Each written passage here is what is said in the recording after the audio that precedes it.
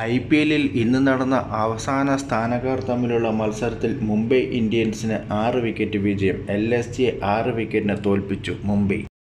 വാങ്ഖഡയിൽ നടന്ന മത്സരത്തിൽ ടോസ് നേടിയ മുംബൈ ഇന്ത്യൻസ് ബൗളിംഗ് തിരഞ്ഞെടുക്കുകയായിരുന്നു. നിശ്ചിത 20 ഓവറിൽ 5 വിക്കറ്റ് നഷ്ടത്തിൽ LSG 228 റൺസാണ് അടിച്ചുകൂട്ടിയത്.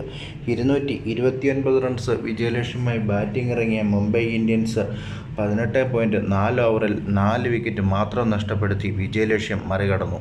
LSGക്ക് വേണ്ടി 8 സിക്സും 1 ഫോറും ഉൾപ്പെടെ പൂരൻ 21 പന്തിൽ 63 റൺസ് നേടിയപ്പോൾ മിച്ചൽ മാർഷ് 25 പന്തിൽ 44 റൺസും നേടി. മുംബൈക്ക് വേണ്ടി 2 ഓപ്പണർമാരും അർദ്ധ സെഞ്ചുറി നേടി. റിക്കർഡ്സൺ 32 പന്തിൽ 83ഉം രോഹിത് ശർമ്മ 44 പന്തിൽ 84ഉം. 6 മത്സരങ്ങൾക്ക് ശേഷം രോഹിത് ശർമ്മയുടെ തിരിച്ചുവരവാണ് ഇന്നത്തെ മത്സരത്തിൻ്റെ പ്രത്യേകത. റിക്കർഡ്സനാണ് ഇന്നത്തെ പ്ലെയർ ഓഫ് ദ മാച്ച്. ഇന്നത്തെ മത്സരത്തിൽ പരിക്ക് മൂലം ഹാർദിക് പാണ്ഡ്യ കളിച്ചിരുന്നില്ല. ഹാർദിക് പാണ്ഡ്യയ്ക്ക് പകരം ഇന്ത്യയുടെ T20 ക്യാപ്റ്റനായ സൂര്യകുമാർ യാദവാണ് മുംബൈ ഇന്ത്യൻസിനെ നയിച്ചത്. നിലവിൽ പോയിന്റ് പട്ടികയിൽ 10 മാച്ചിൽ നിന്ന് 6 പോയിന്റുമായി മുംബൈ 9ാം സ്ഥാനത്തും 9 മാച്ചിൽ നിന്ന് 4 പോയിന്റുമായി LSG 10ാം സ്ഥാനത്തും തുടരുന്നു. 1ാം സ്ഥാനത്ത് പഞ്ചാബും